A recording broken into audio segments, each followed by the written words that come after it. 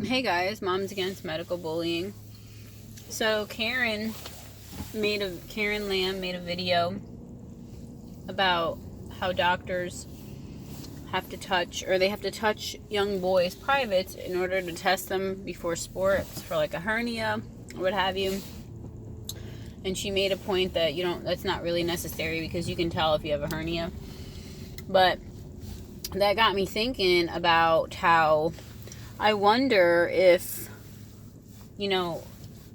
all this stuff that takes place when we're children, I think it made me think that it primes us to receive abuse even into adulthood.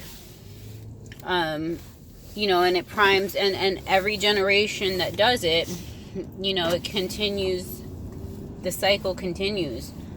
And maybe this is why some kids don't speak up when they're touched in the wrong ways by people they're not supposed to be touched by, because they're being touched by people in ways they're not supposed to be touched by people their whole life since they're born. They're treated roughly, and they get taken to these doctors who are strangers to get these injections which hurt their body.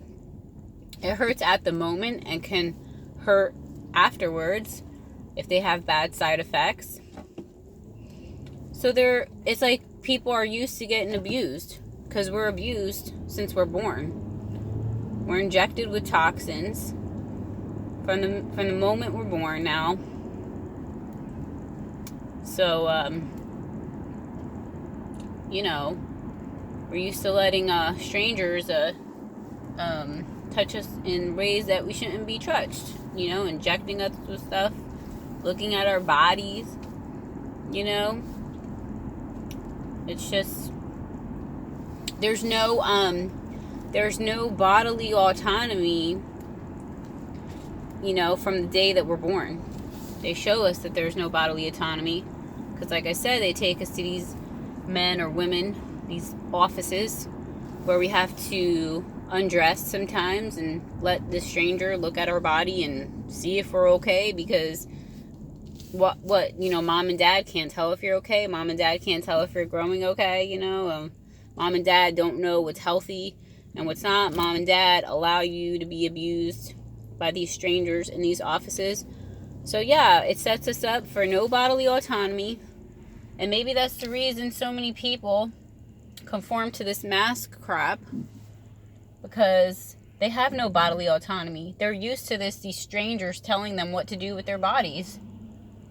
And even worse, if the person even experiences abuse, family abuse, so yeah, I think all those things take away a person's bodily autonomy and sense of the right to their own bodily autonomy. So it kind of just falls in line with, everything that we see occurring